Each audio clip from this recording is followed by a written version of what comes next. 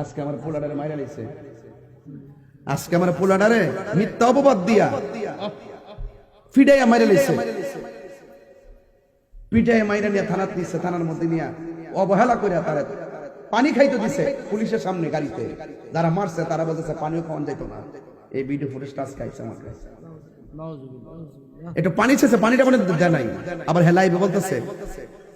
এখন আজকে আমার সুন্নিরা লাশ লয়ে গেছে থানায়, পুবাইল থানাতে। যাওয়ার পরে গাজীপুর যাওয়ার পরে মামলাটা রাখে নাই। হত্যাকারীর পক্ষে 500-700 লোক আইসা পড়ছে, না মামলা নন যাইতো না।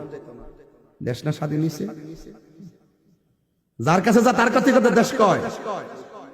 এই বৈষম্য ঠিকই রয়ে গেছে, কথা কোন ঠিক না বেঠিক?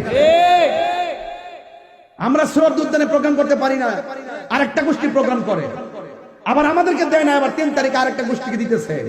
এই বৈষম্য রয়ে গেছে। এই জন্য বোঝা গেল এই দেশের যার কাছে দেশ যা তার কথাই কর।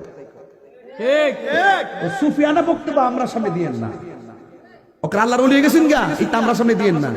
সবই দেখতেছি, কোর্ট কাছারি অফিস আদালত সব খাইতেছে, সাধু বেছে কিছু ভদ্র মানুষগুলা, আর আমাদের বাজার টাজার লুটপাট করতেছে আবার কিছু লোকরা।